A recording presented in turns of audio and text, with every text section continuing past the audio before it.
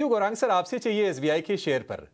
SBI मतलब 800 रुपए से 20-25 रुपए ऊपर 20-25 रुपए नीचे, ये रेंज काफी लंबे समय से लोग अगर महीने 2 महीने बाद भी प्राइसेस चेक करते हैं तो यही प्राइसेस मिलते हैं। आपका व्यू क्या है सर? मतलब बैंक की स्ट्रेंथ को लेकर कोई सवाल नहीं है।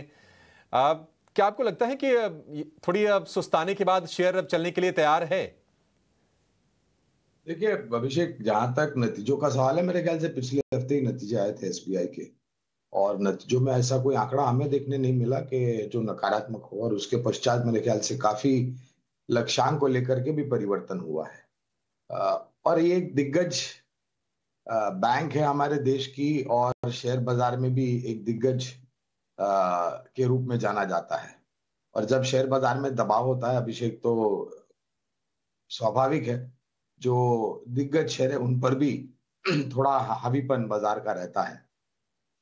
लेकिन हाँ, लंबी अवधि के लिए हमारी खरीदारी की राय है, और मुझे लग रहा है कि वित्तीय क्षेत्र में सरकारी बैंक, निजी क्षेत्र की बैंक और कुछ एनबीएफसीज जो हैं कंपनीज, उस पर आपका ध्यान बिल्कुल होना चाहिए। और आंकड़ों को लेकर के बहुत बड़ा सुधार आने वाले समय में आने की संभावना है। मेरे ख्याल से करीबन 880 या 900 के आसपास के लक्ष्यांक है। मुझे ठीक से याद नहीं है, लेकिन अनुमानित लक्ष्यांक।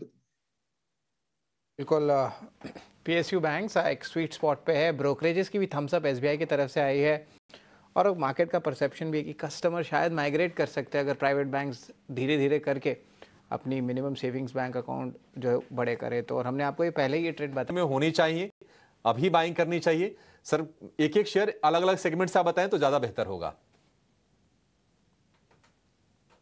अभिषेक भाई, ऐसा ऐसा कुछ सोचा तो नहीं था हमने अभी तक, लेकिन हाँ,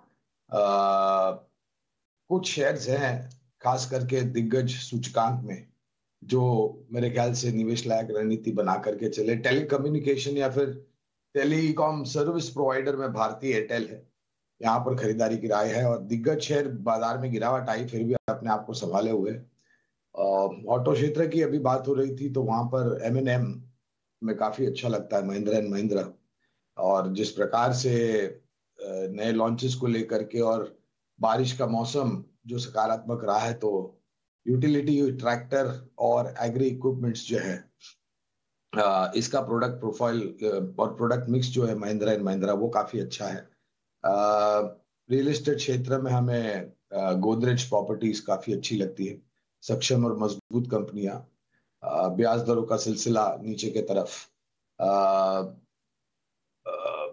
हॉस्पिटैलिटी क्षेत्र में से इंडियन होटल्स अच्छा लगता है। जिस तरीके से लोग प्रवास कर रहे हैं और जिस तरीके से मुसाफरी में वृद्धि होने की संभावना है, तो उसको ध्यान में रखते हुए हमें लग रहा है कि हॉस्पिटैलिटी सेक्टर में इंडियन होटल्स अच्छा है। हेल्थ केयर में अगर आप देखने जाए तो अपोलो हॉस्पिटल अच्छा लगता है। तो काफी कुछ शेयर्स हैं अभिषेक भाई। सिर्फ त्योहार है उसको तो ध्यान में रखिए आप, लेकिन ये सब कंपनियां जो है, इनके मैनेजमेंट की टिप्पणियां और कारगर कारोबार की रणनीति जो है, वो बहुत स्पष्ट रूप से दिखाई देती करना है किसी मिड कैप शेयर में, तो आपके लिए बढ़िया मौके कौन से शेयर में बनेंगे, लेकर आएंगे मिड कैप के महारथी को।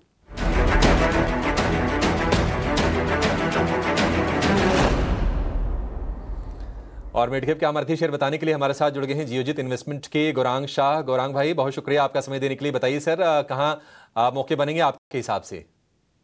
धन्यवाद अभिषेक भाई, मंच पर आमंत्रित करने के लिए। एक छोटा सा डिस्क्लोजर दे देता हूं कि जो भी निवेश लायक रणनीति आज आपके समक्ष रखेंगे, ये हमारी रिसर्च टीम की तरफ से रिकमेंडेशन है। इसमें हमारी कंपनी जियोजित या मेरा कोई निजी निवेश नहीं है।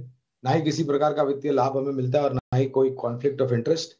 लेकिन इसी स्तर पर आए हमारे क्लाइंट्स को देते हैं, हो सकता है उनका निवेश हो। तो विकल्प के रूप में आज हॉस्पिटैलिटी क्षेत्र की एक मझौली कंपनी, जिसकी विस्तार योजनाएं बहुत बड़ी है आने वाले 3-5 सालों में, नाम है इंडियन होटल्स। निरंतर आप देखें तो टैरिफ्स में ऊपर के तरफ के बदलाव किए जा रहे। नई प्रॉपर्टीज भी ये आने वाले कुछ सालों में खोलेंगे। जहां पर ये पहले से मौजूद है, वहां पर भी विस्तार योजनाओं की बातें हमने सुनी है। फूड एंड बेवरेजेस से इनकम, और त्योहारों के सीजन आ रहा है, मुसाफरी ज्यादा हो रही है, ऑक्यूपेंसी रन रेट जो है वो भी ऊपर जा रही है। 850 के आसपास से 850 प्लस के लंबी अवधि के लक्ष्यांक निर्धारित किए हैं इंडियन होटल्स पर। ठीक है, इंडियन होटल्स 850 रुपये के टारगेट, और आगे फेस्टिवल्स की भी बहार होगी तो इस कंपनी के लिए फायदा होगा, ये ट्रिगर भी बन जाएगा। लेकिन 12 महीने के लिए टारगेट की बात करें तो 850 रुपये की एक बढ़िया डिसेंट से टारगेट, बहुत ज़्यादा भी नहीं है, आराम से अचीव हो जाने चाहिए, क्योंकि यहाँ तक के भाव हमने इंडियन होटल्स में देखे हुए हैं। बहुत शुक्रिया गौरांग सर ये रिकमेंडेशन देने के लिए हमारे